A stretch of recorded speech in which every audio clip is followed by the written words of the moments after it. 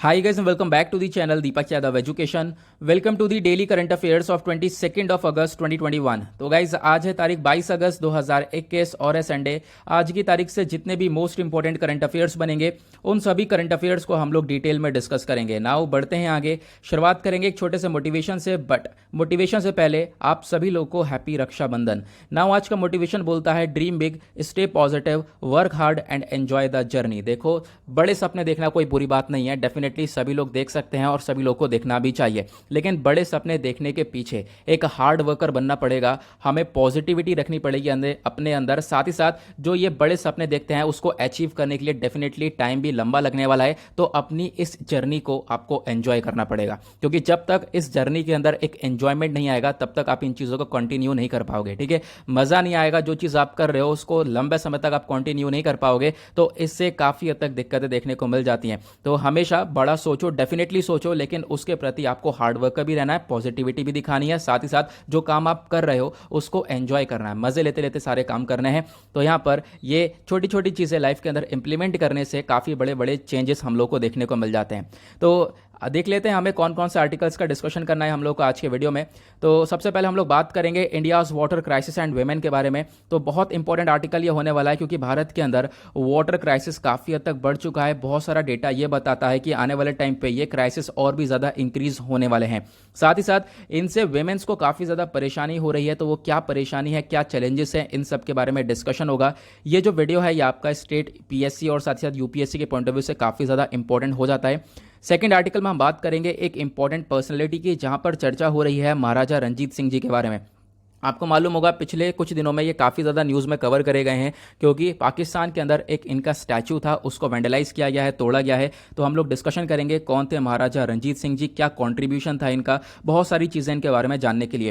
Then उसका third article एक और ज़बरदस्त आर्टिकल होने वाला है डिफेंस टेस्टिंग इंफ्रास्ट्रक्चर स्कीम के बारे में। तो ये स्कीम क्या है, इसको लॉन्च किया गया, इससे क्या फ़ायदा होगा और मतलब कितना पैसा लगाया जा रहा है, तो ये सारी चीज़ हम लोग देखेंगे। देन उसके बाद अगेन जो चौथा आर्टिकल है वो भी बहुत ज़्यादा इंपॉर्टेंट है। यहाँ पे हम बात करेंगे सेंसस 2021 के बारे में। तो जो ये जनगणना होती है हर 10 साल में कंडक्ट की जाती है। आखिरी सेंसस कंडक्ट किया गया था साल 2011 में, और अभी साल 2021 के अंदर ये नया सेंसस आना था, बट कोविड-19 की वजह से इसको डिले कर दिया गया है। तो क्या होता है ये सेंसस, इसके बारे में जानेंगे, और यहाँ पर सेंसस के अंदर क्या क्या चीज़ें होती हैं, क्या चैलेंजेस होते हैं, और ये साल 2021 का जो सेंसस है ये क्यों डिफरेंट होने वाला है as compared to the previous editions, इसको भी हम लोग देखने वाले हैं। एट द लास्ट हम बात करेंगे लैंड डिग्रेडेशन एंड डेजर्टिफिकेशन के बारे में। तो भारत के अंदर ये जो लैंड डिग्रेडेशन और डेजर्टिफिकेशन ये काफ़ी हद तक बढ़ता जा रहा है। देखेंगे हम लोग ये क्या होता है डिग्रेडेशन, डेजर्टिफिकेशन, इसके क्या इंपैक्ट पड़ता है, क्या कॉजेज हैं, प्लस क्या भारत के पास कोई स्कीम है इसको टैकल करने के लिए,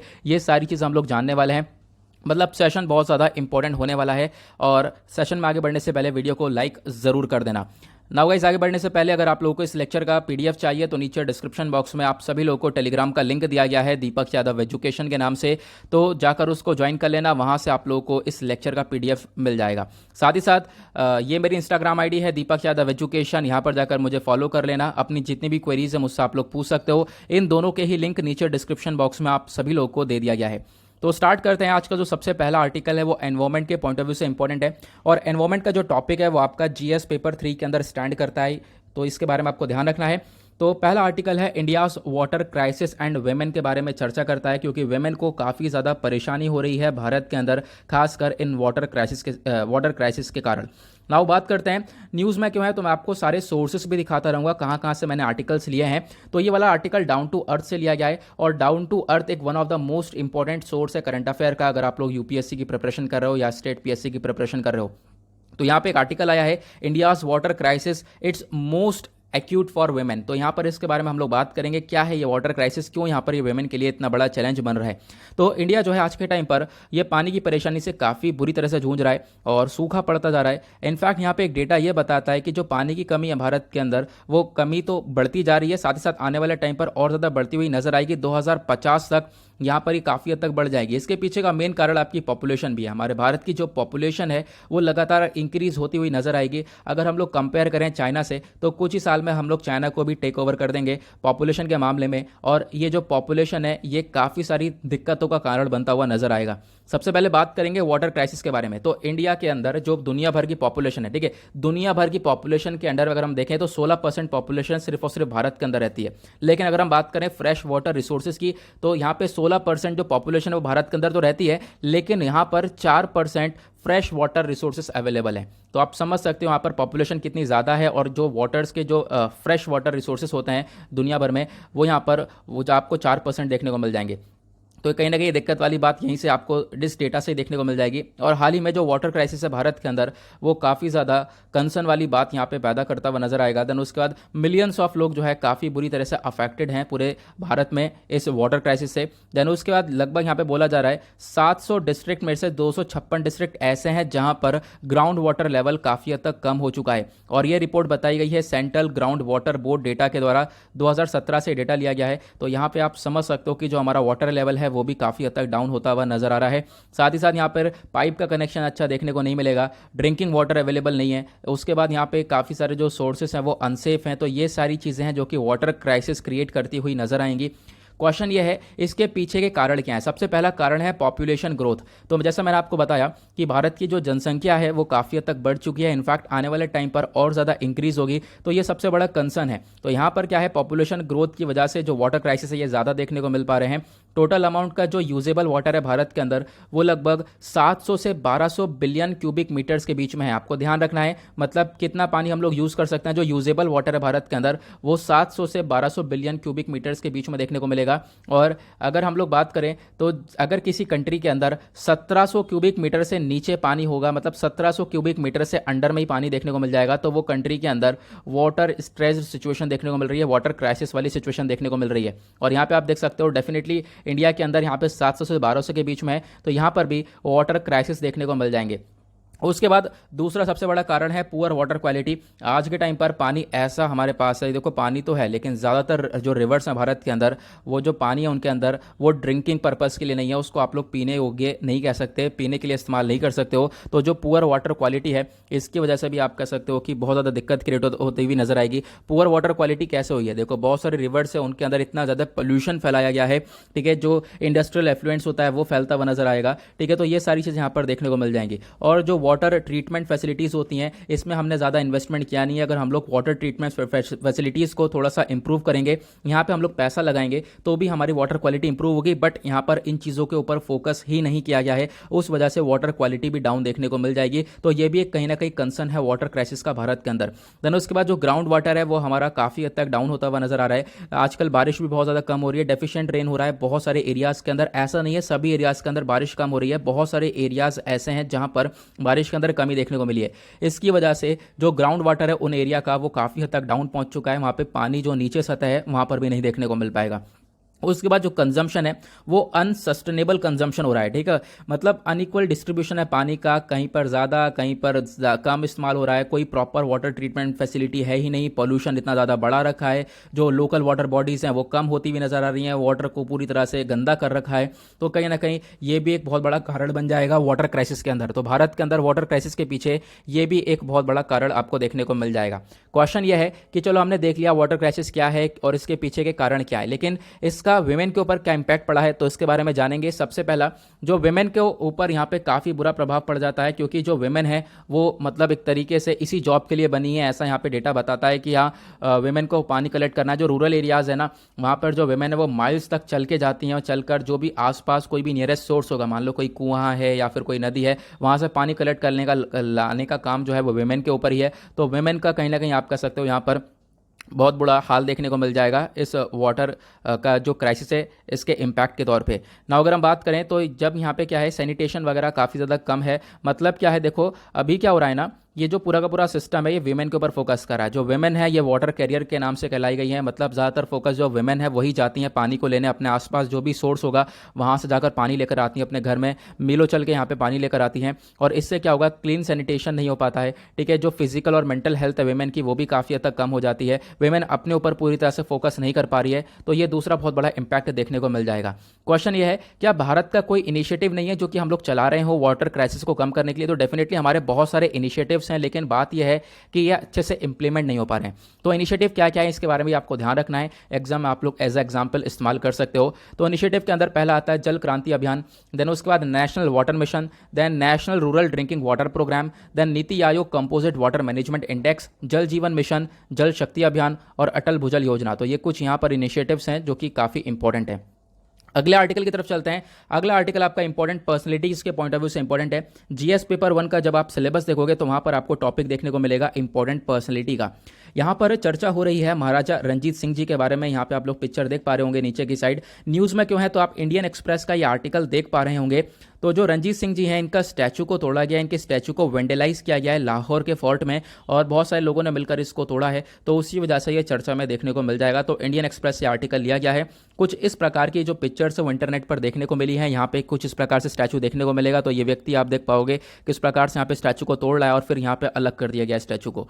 तो ये चीज़ें हैं। तो यहाँ पे हम बात करेंगे महाराजा रंजीत सिंह एग्जैक्टली थे कौन, इनकी अर्ली लाइफ के बारे में बात करेंगे। तो इनका जन्म हुआ था 13 नवंबर 1780 में। कहाँ पर? गुजरानवाला में। ये कहाँ पे लोकेटेड है? ये आज के टाइम पर पाकिस्तान के अंदर है। ठीक है, ये एक ऐसे चाइल्ड थे जिन्होंने बाद में एक चीफ बने। ये कहाँ के? शुकर चाकियास के यहाँ पर ये चीफ बन गए थे। एक सुख ग्रुप था, ठीक है, एक सिख ग्रुप था, तो उसके चीफ भी बन चुके थे बाद में ये।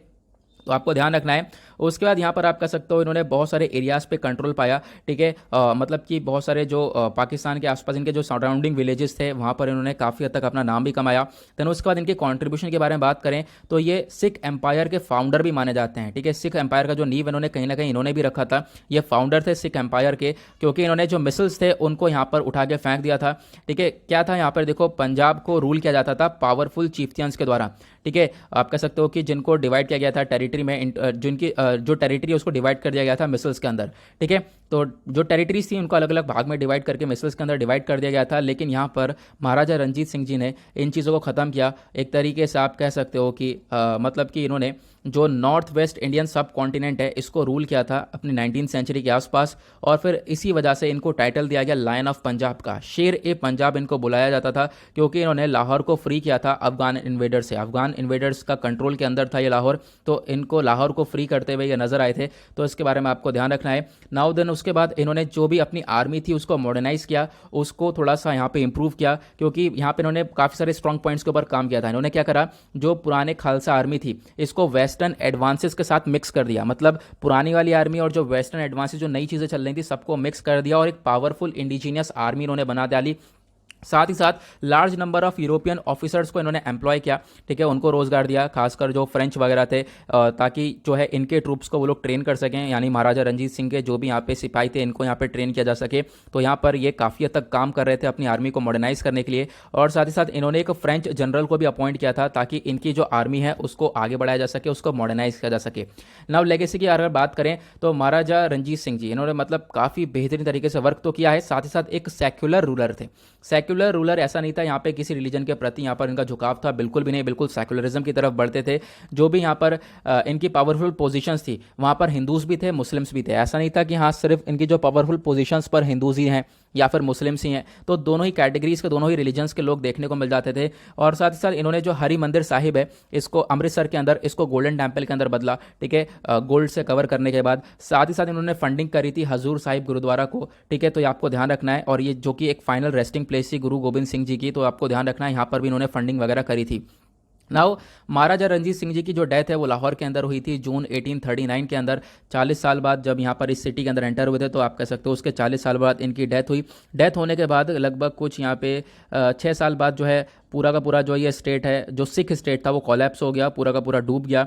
और फिर उसके बाद यहाँ पर अंतर्राष्ट्र में यानी कि इंटरनेशनली दुनिया भर में इनको पहचाना जाता है। 2016 में जो टाउन ऑफ सेंट ट्रोपोज है ये फ्रांस के अंदर देखने को मिलता है। इन्होंने महाराजा का ब्रॉन्ज स्टैचू बनाया इनको रेस्पेक्ट देने के लिए। साथ ही साथ जो इनका शासन है वो डिस्प्ले किया गया है कहाँ पर, Victoria and the Albert museum के अंदर, जो कि लंदन के अंदर है। उसके बाद आप कह सकते हो 2018 के अंदर लंदन ने एक एग्जीबिशन भी होस्ट किया था जो कि मेन फोकस करता था सिख एम्पायर की इतिहास के ऊपर। साथ ही साथ जो कि महाराजा रंजीत सिंह ने यहाँ पर इसकी नींव रखी गई थी। तो यहाँ पे आपको ध्यान रखना है, इंटरनेशनल लेवल पर भी काफ़ी लोग जो है इनको रेस्पेक्ट पे करते हुए नजर आते हैं। आगे बढ़ेंगे अगले आर्टिकल की तरफ। अगला आर्टिकल इकोनॉमी के पॉइंट ऑफ व्यू से इंपॉर्टेंट है और इकोनॉमी सेक्शन आपका जीएस पेपर 3 के अंदर स्टैंड करता है, तो आपको ध्यान रखना है। आर्टिकल बात करता है डिफेंस टेस्टिंग इंफ्रास्ट्रक्चर स्कीम के बारे में। तो ये क्या है, यहाँ पे आप देख पाओगे न्यूज़ में क्यों है, क्योंकि इसको पीआईबी के अंदर कवर किया गया है। तो पीआईबी के अंदर एक आर्टिकल आया है और ये पीआईबी गवर्नमेंट की वेबसाइट का एक तरीके से सरकारी डेटा है और बहुत इंपॉर्टेंट ये आर्टिकल, बहुत इंपॉर्टेंट सोर्स है हमारे करंट अफेयर का। तो हाल ही में डिफेंस मिनिस्टर ने अनाउंस किया है कि ये जल्द ही रिक्वेस्ट फॉर प्रपोजल यहाँ पर आप कह सकते हो लाने वाले हैं। और ये जो प्रपोजल है ये किस लिए होगा कि लगभग 8 डिफेंस टेस्टिंग फैसिलिटीज़ को सेटअप किया जाएगा हमारी कंट्री के अंदर। मतलब ऐसी फैसिलिटीज़ जहाँ पर जो डिफेंस इक्विपमेंट्स हैं उनकी टेस्टिंग की जा सके। और आप कह सकते हो ये जो फैसिलिटीज़ हैं कंट्री के अंदर सेटअप करी जाएंगी, यहाँ पर पार्टनरशिप होगी प्राइवेट सेक्टर के साथ। अब यहाँ पर जो ये रिक्वेस्ट फॉर प्रपोजल है इसको इशू किया जाएगा एक स्कीम के अंडर में। उस स्कीम का नाम है डिफेंस टेस्टिंग इंफ्रास्ट्रक्चर स्कीम। तो आपको ध्यान रखना है, इसी वजह से ये चर्चा में है। Defence testing infrastructure scheme exactly क्या है अभी मैं आपको बताऊंगा, बट उससे पहले हम लोग थोड़ा सा बैकग्राउंड कवर करते हैं। जो मेक इन इंडिया प्रोग्राम है उसके अंडर में भारत ने लगभग यहाँ पे प्रायोरिटी दी है हमारे मैन्युफैक्चरिंग सेक्टर के ऊपर, खासकर डिफेंस सेक्टर के अंदर। जो भी हमारा डिफेंस सेक्टर है हम लोग यहाँ पे फोकस ये कर रहे हैं, हम अपनी कंट्री के अंदर खुद सारे प्रोडक्ट्स को मैन्युफैक्चर करें, ज़्यादा से ज़्यादा जो इक्विपमेंट्स हैं उनको हम लोग खुद अपनी कंट्री के अंदर बनाएं। तो हम लोग फोकस कर रहे हैं डिफेंस और जो एरोस्पेस सेक्टर है उसके ऊपर।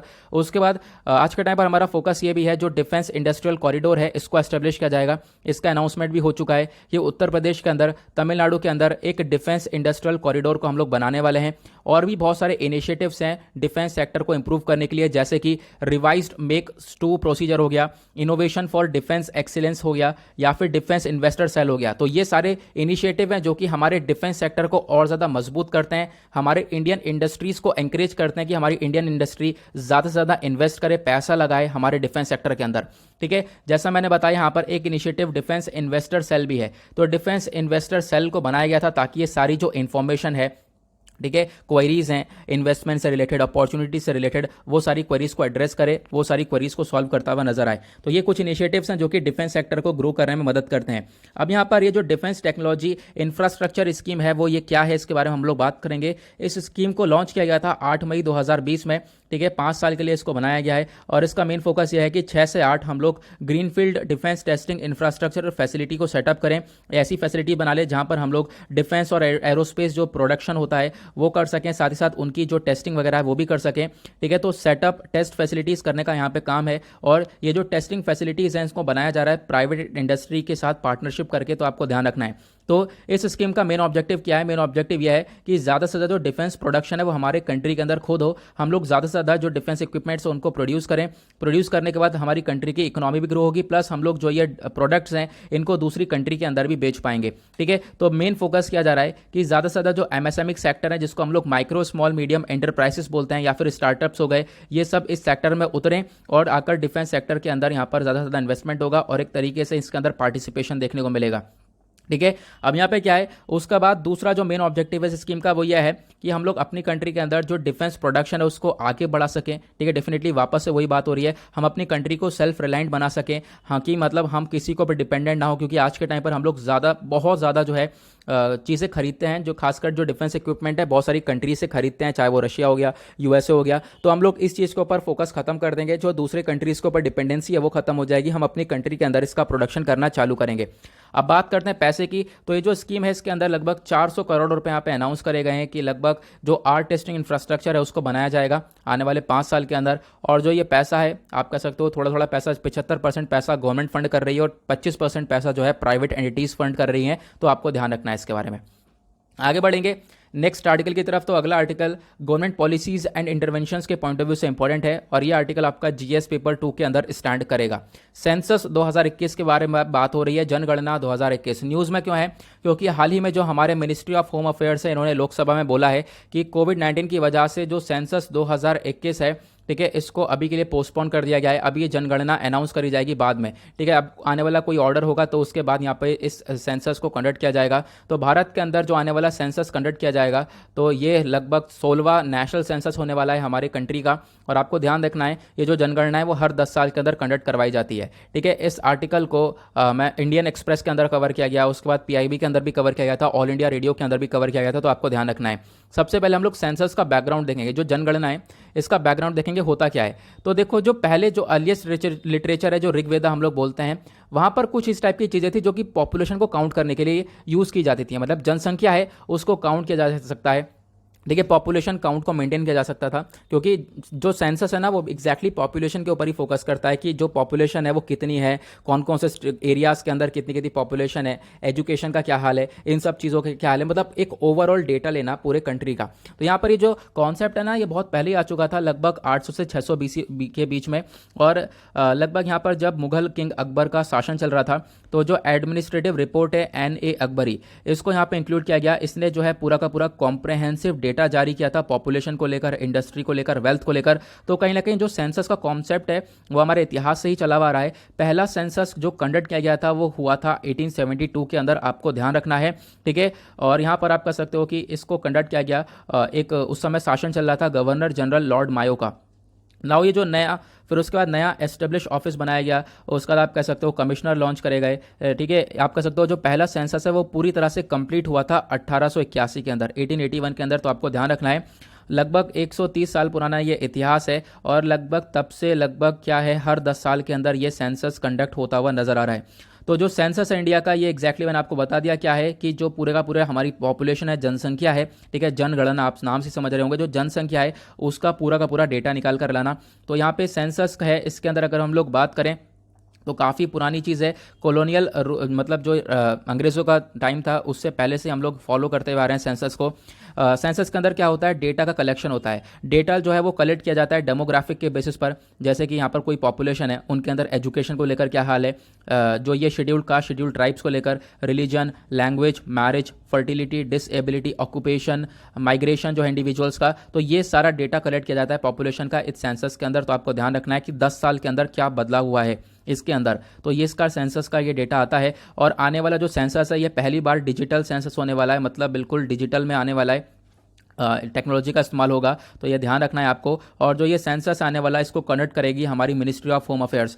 तो एक मोबाइल का ऐप है, मोबाइल एप्लीकेशन है डेटा कलेक्शन के लिए, ठीक है। वहाँ पर आपको देख पाओगे कि बहुत सारी चीज़ें देखने को मिल जाएंगी। सेंसस पोर्टल है जो कि मैनेज करेगा, मॉनिटर करेगा इन सारी एक्टिविटीज़ को। तो एक मोबाइल एप्लीकेशन के थ्रू चीज़ें आगे जारी होने वाली हैं। सेंसस 2021 जैसा मैंने आपको बताया डिजिटली यहाँ पे होने वाला है।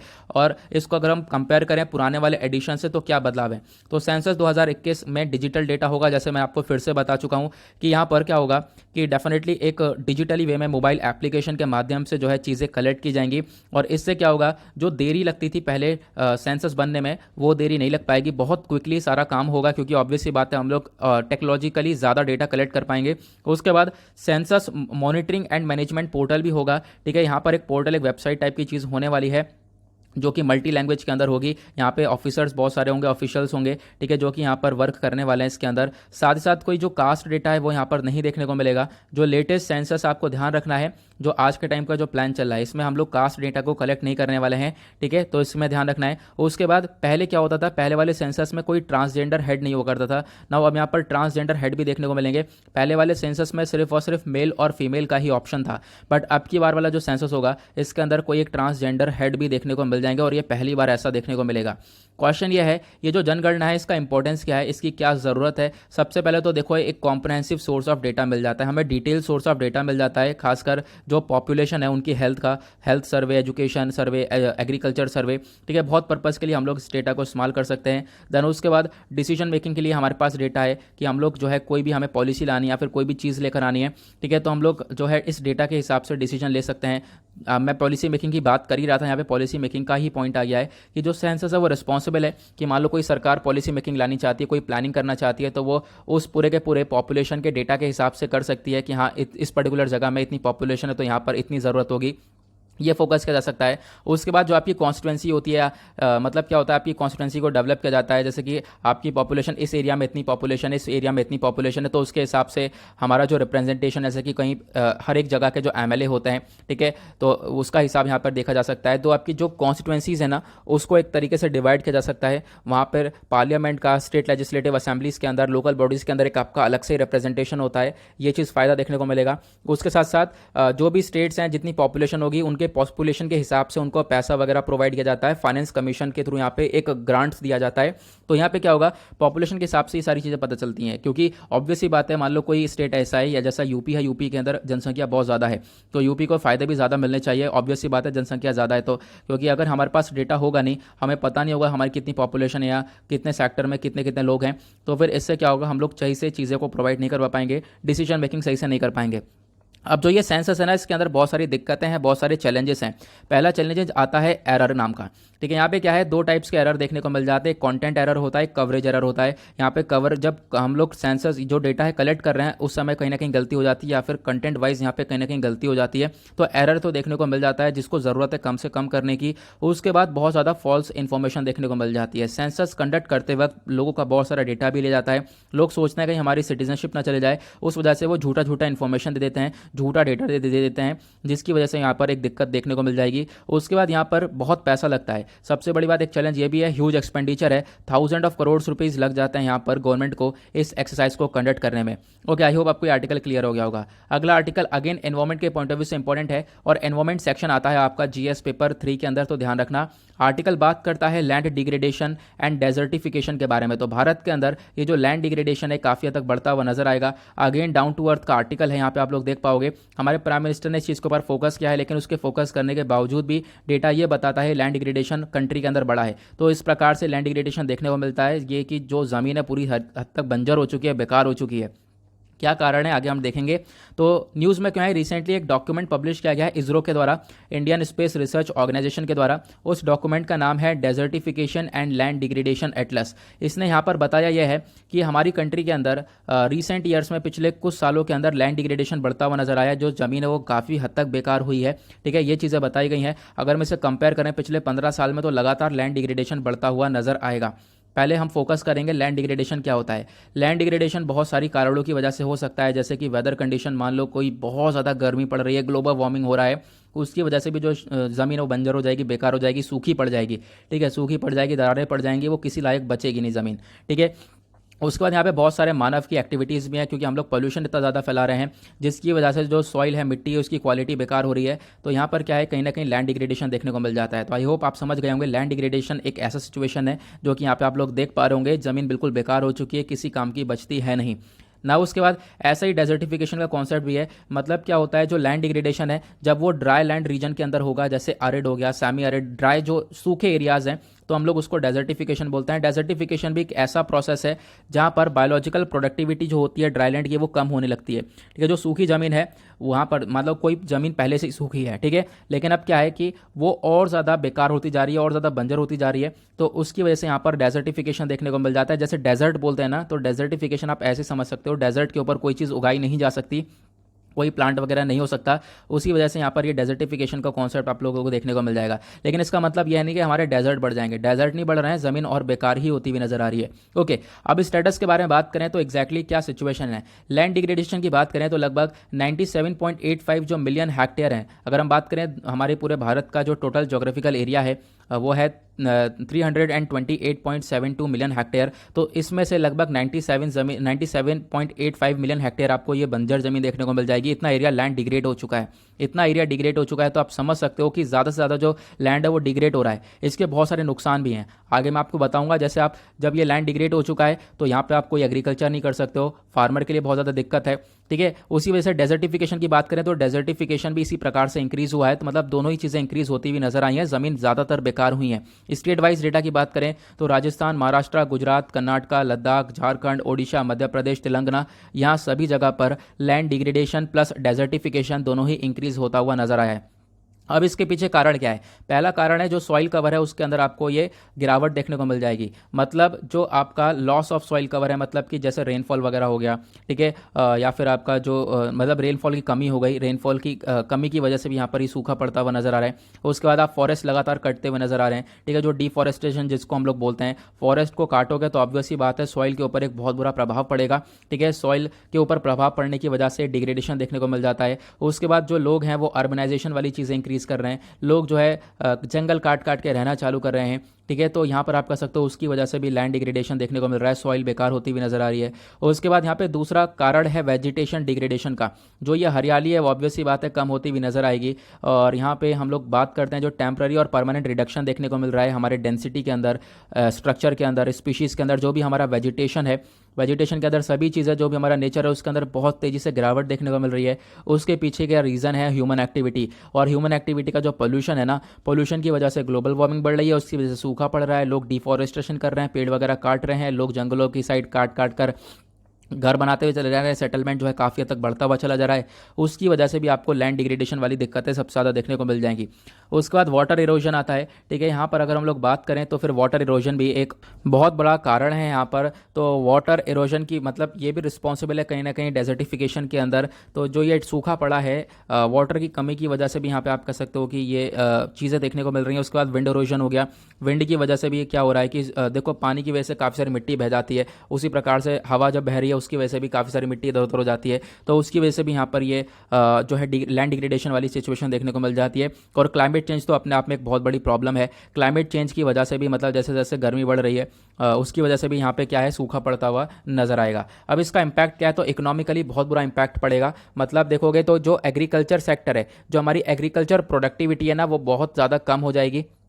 एक तरीके से ज़मीन सारी बेकार हो चुकी है, तो वहाँ पर कुछ चीज़ें फसलें वगैरह उग नहीं पाएंगी। तो उससे क्या होगा, लोगों की जो लाइफ है उसके ऊपर, जो लिवलीहुड है उसके ऊपर बहुत बड़ा इम्पैक्ट पड़ेगा।